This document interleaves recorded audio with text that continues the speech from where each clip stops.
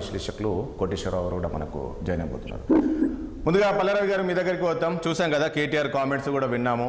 ఏంటి దగ్గరుండి కూల్చేద్దామన్నారు, మరి అది నాది కాదు అని చెప్పేసి నిన్న కేటీఆర్ ప్రెస్ మీట్ కూడా మనం చూసాం. కానీ గతంలో మనం చూసాం ఇదే రేవంత్ రెడ్డి డ్రోన్ ఎగిరేసినప్పుడు ఏ రకంగా కేసులు పెట్టారు, ఏ రకంగా జైలుకు పంపించారు అనేది. ఇప్పుడు అక్కడ ఉన్న ఫామ్ హౌస్ అది నాలా పైనే ఉంది అనేది ఈరోజు అందరూ అంటున్నారు.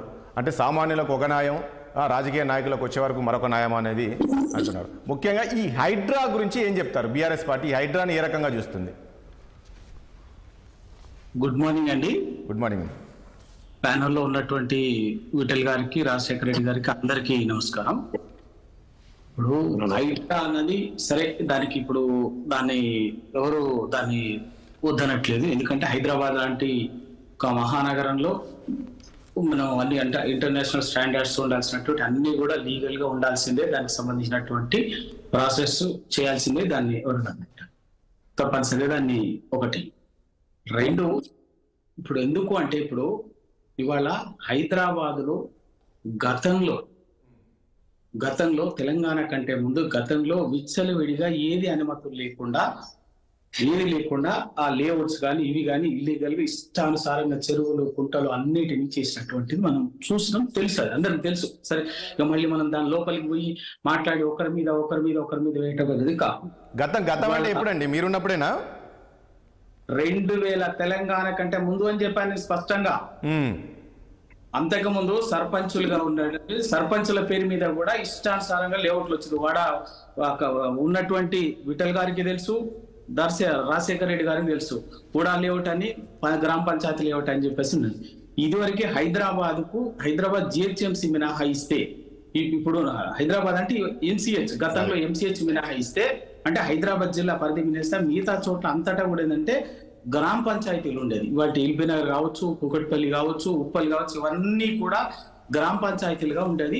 ఆ గ్రామ పంచాయతీలు కలిపి 87 అనుకుంటా, నాకు కరెక్ట్ గా ఎగ్జాక్ట్లీ ఇయర్ ఐడియా లేదు, 85, 87 ఆ ప్రాంతంలో చాలా వాటిని మున్సిపాలిటీలుగా చేస్తారు. అంతకు ముందు ఇక్కడ జరిగినటువంటి ఏంటంటే ఆ తర్వాత పరిణామ క్రమంలో కూడా హైదరాబాద్ అర్బన్ డెవలప్మెంట్ అథారిటీ వచ్చింది. మీకు ఏమైందంటే అంతకు ముందు వాస్తవంగా ఇక్కడ లేఅవుట్ పర్మిషన్ కానీ అటువంటి వాటిని కూడా తీసుకున్నది. కానీ కూడా ఉన్నప్పటికీ కూడా ఏం చేసిందంటే 80s లో 90s లో దాదాపు 2000 వరకు ఇదే ప్రాసెస్ జరిగింది. 2005 వరకు. అప్పట్లో పాత సర్పంచుల సంతకాల పేరు మీద పాత సర్పంచులు ఇచ్చినట్టు వాళ్ళు ఎప్పుడో 20 ఏళ్ల కింద చేసినటువంటి సర్పంచ్ కూడా అదే కాలంలో ఎప్పుడో తీసుకున్నట్టుగా సర్పంచ్ సంతకం పెట్టి స్టాంప్ వేసి ఇచ్చేసి లేఅవుట్లు ఇచ్చేసి ప్లాట్లు అమ్మినటువంటిది వాళ్ళ ఇద్దరు సమస్య కారణం. అది వాళ్ళ మనం మీకు ఉదాహరణ చెప్తాను. ఇవాళ ఎల్బీ నగర్ అట్లంటే 2014 అది మాట్లాడితే 2014 ముందు 37,000 చెరువులు కుంటలు ఉంటే దాదాపు 14,000 చెరువులు కబ్జాలకు గురైనాయి. ఇక అది మనం మాట్లాడాలంటే చర్చ వేరు. నేనేమంటా, కేటీఆర్ది ఫామ్ హౌస్ ఇష్యూ తెరపైకి వచ్చింది. ఎప్పుడు తెరపైకి వచ్చింది అంటే నిన్న కేటీఆర్ సన్నిహితుడు కోర్టుకు వెళ్లడంతో ఈ రోజు ఈ చర్చ వచ్చింది. మొన్నటి వరకు అందరూ కూలుస్తున్నారు. ఎక్కడ పాపం సామాన్యులు చాలా మంది అండి. నిన్న చూశాను నేను కొందరివి. వాళ్ళు పాపం ఎవరో అమ్మారు, ఎవరు లేఅవుట్ చేశారు, పర్మిషన్ ఎవరు ఇచ్చారో తెలియదు, ఇచ్చారు, కట్టుకున్నారు, వాళ్ళు లోన్లు తీసుకొని కట్టుకున్నారు. ఇప్పుడు అవి కూల్చారు. వాళ్ళు ఎవ్వరు కోర్టుకు వెళ్ళలే. రాజకీయ నాయకుల దగ్గరికి రాగానే కోర్టుకు వెళ్ళారు. ఇది కేటీఆర్ది ఫామ్ హౌసా కాదా అని. ఇప్పుడు కేటీఆర్ గారే చాలా స్పష్టంగా చెప్పిండు. దానికి సంబంధించి కేటీఆర్ గారే చెప్పిండు. కేటీఆర్ గారు ఏం చెప్పింది? ఇది నాకు సంబంధం లేదు, నాకు అది చాలా స్పష్టంగా చెప్పిండు కదా.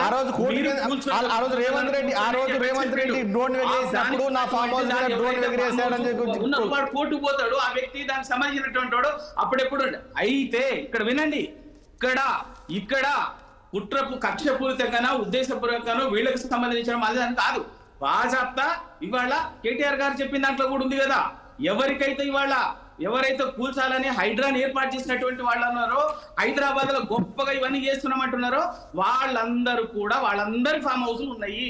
వాళ్ళందరి ఫామ్ హౌస్ లో ఫస్ట్ అవి మొదలు పెట్టండి. What is wrong? వద్దంటే కదా, ఎవడు దాపట్లేదు.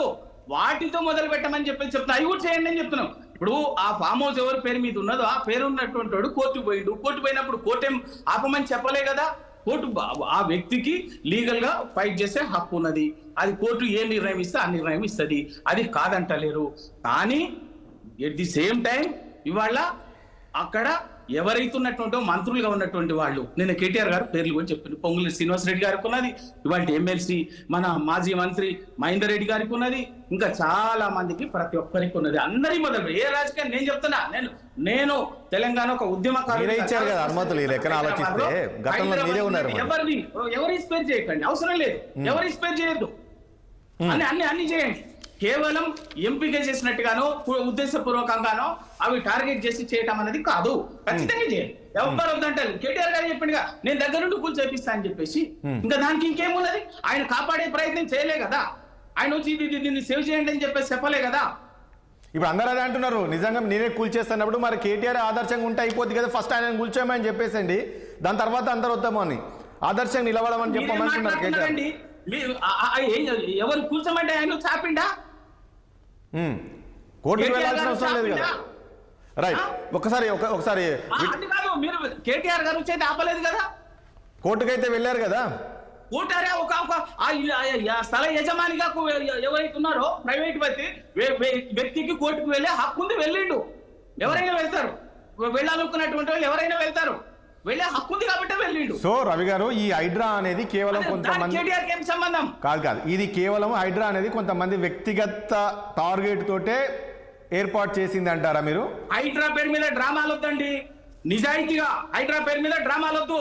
నిజాయితీగా అక్రమ కట్టడాలకు సంబంధించి చేయదలుచుకుంటే మొట్టమొదటిగా రెవెన్యూ మంత్రి, మిగతా మంత్రులు వాళ్ళతో మొదలు మీ నిజాయితీతో అప్రూవ్ అవుతుంది. కాదండి, ఎవరు తెలియదా రవి గారు? ఉన్నటువంటి గెస్ట్ హౌస్ ఎవరి ప్రపంచాన్ని అందరికీ తెలుసు. మనం తీసుకురావాల్సిన అవసరం లేదు, మనం దాచిపెట్టుకోవాల్సిన అవసరం లేదు. ఒక్కటి చెప్పుచ్చి ఎవరో ప్రైవేట్ ఉన్నది ఈయనకు సంబంధం ఉందని చెప్పేసి చెప్తూ మీరు అన్ని స్కిప్ చేయాలనేటువంటి ప్రయత్నం చేయొద్దు. బరాబర్గా ప్రతిదాన్ని కూల్చండి, ప్రతిదాన్ని చేయండి. అక్రమ కట్టడాల్లో FTL లో కానీ RFL లో కానీ ఉన్నటువంటి ఏవైతే ఉన్నాయో వాటి అన్నింటినీ కూల్చడానికి ఎవరు ఆపట్లేదు. స్వయంగా కేటీఆర్ గారు కూడా చెప్పిన, నేను కూడా చెప్తున్నాను. రవి గారు, మీకు గుర్తుందో లేదో, మీరు హైడ్రా పేరుతో డ్రామాలు వద్దంటున్నారు.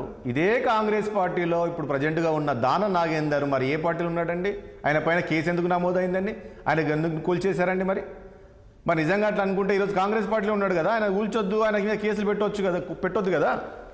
మొదట అక్కడి నుంచే స్టార్ట్ అయింది కదా. ఏం చెప్తున్నా నేను, 1-2 ఉదాహరణలు చెప్పొద్దని చెప్తున్నా నేను. అది అప్పటికి సంబంధించి Danam Nagender case is different. మీరు విషయం లోతుల్లోకి పోయి చెప్పండి, లోతుల్లోకి పోయి అర్థం చేసుకొని మాట్లాడండి. దానం నాగేందర్ కేసు అప్పటికే పండించినటువంటిది కోర్టు నేపథ్యంలో అది జరిగింది. నేనేమంటున్నా అంటే నేను దానం నాగేందర్ని ఆపమని చెప్పట్లేదు, అట్లాగే నిన్న ఎవరైతే కేటీఆర్ గారు ఫ్రెండ్ అని చెప్తున్నారో దాన్ని ఆపమని చెప్పట్లేదు. బరాబర్గా ప్రభుత్వము పెద్దలు ఎవరైతే ఉన్నారో వాటి ఉన్నటువంటి అందరికి ఉన్నాయి అక్కడ, వాటిని కూడా చేయండి అని చెప్తున్నాను. రైట్, విఠల్ గారు చెప్పట్లేదు, ఇంతకంటే స్పష్టంగా ఏది ఆపొద్దు. ప్రజలకు ఏదైతే అక్రమంగా ఉన్నటువంటి FTL లో కానీ RFL లో కానీ ఇంకా లేదా 111 జీవోలో కానీ ఉన్నటువంటి వాటి అన్నిటినీ కూడా స్పష్టంగా అన్నిటి పట్ల అదే హైడ్రా అదే నీతిగా వ్యవహరించాలని చెప్పేసి చెప్తుంది. అన్నిటి పట్ల అదే విఠల్ గారు, ఏంటి ఈ హైడ్రాను స్వాగతిస్తున్నారా? చేసినట్టు ఉన్నారు. కాదు, మీ పార్టీలో ఇద్దరు 2 రకాల కామెంట్ చేశారండి. కిషన్ రెడ్డి మాట్లాడతారు ఇది హైడ్రానా లేక హైడ్రామా అనేది. ఇక మన ఇతను బండి సంజయ్ కామెంట్ చేశాను, ఏమని, ఎందుకు కేటీఆర్ అంతా ఉలిక్కి పడుతున్నావు, నిజంగా నీ ఫామ్ హౌస్ కానప్పుడు ఆ రోజుల్లో మరి ఎందుకు ఆ రకంగా కేసులు పెట్టావు, ఎందుకు అడ్డుకుంటున్నావు, ఈరోజు హైడ్రాని ఏర్పాటు చేసి ఈ రకమైన ఇద్దరు ఒక డిఫరెంట్ ఒకటి డ్రోన్, నీ ఇంటి మీద డ్రోన్ తీస్తాను ఊరుకుంటావా? ప్లీజ్, నీ ఇంటి మీద ఒక వ్యక్తి ఇంటి మీద డ్రోన్ అనేది తిప్పితే దానికి కొన్ని నామ్స్ ఉన్నాయి, దాని ప్రకారంగా అప్పుడు ఆ రోజు అంటే ఇక్కడ డ్రోన్ పాయింట్ కాదు, నేనేమంటున్నా డ్రోన్ పాయింట్ కేటీఆర్ నాది అని ఆ రోజుల్లో అన్నాడు కదా, అది పాయింట్. అక్కడ డ్రోన్ తిప్పడానికి ఆ రోజు కేటీఆర్ సీరియస్ అయ్యాడు కాబట్టి. రవి గారు ప్లీజ్, డ్రోన్ కారణంగా రైట్ విఠల్ గారు డ్రోన్ తిప్పినందుకు రైట్ రవి గారు ప్లీజ్. విఠల్ గారు, గుడ్ మార్నింగ్ రాజన్న, మీకు మా బ్రదర్ పల్లెరావునికి, రాజశేఖర్ రెడ్డి గారికి, కోటేశ్వరరావుకి, వీక్షకులకి గుడ్ మార్నింగ్. హైడ్రా